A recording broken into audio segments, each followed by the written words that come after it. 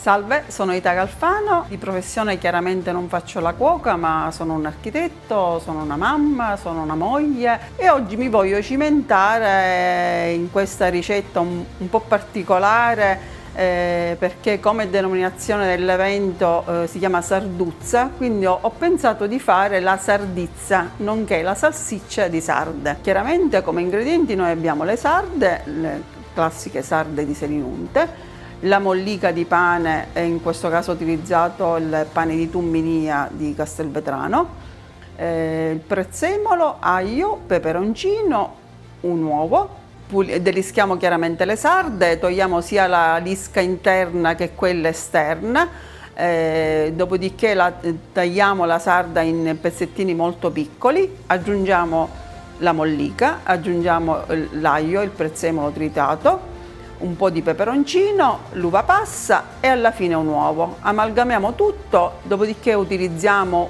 il budello di maiale per insaccare e incominciamo a insaccare questo budello con questa farcia. Il momento in cui chiaramente abbiamo la salsiccia pronta, possiamo cucinarla come meglio ci aggrada. Si può preparare arrostita con delle patate al rosmarino, la possiamo preparare col sugo, col finocchietto selvatico, possiamo preparare una schiacciata e all'interno mettiamo la salsiccia aperta con lattughino. In buona sostanza questo piatto si può utilizzare in tantissimi modi. Come utilizzate la salsiccia la potete fare anche con la salsiccia di sarde, uguale.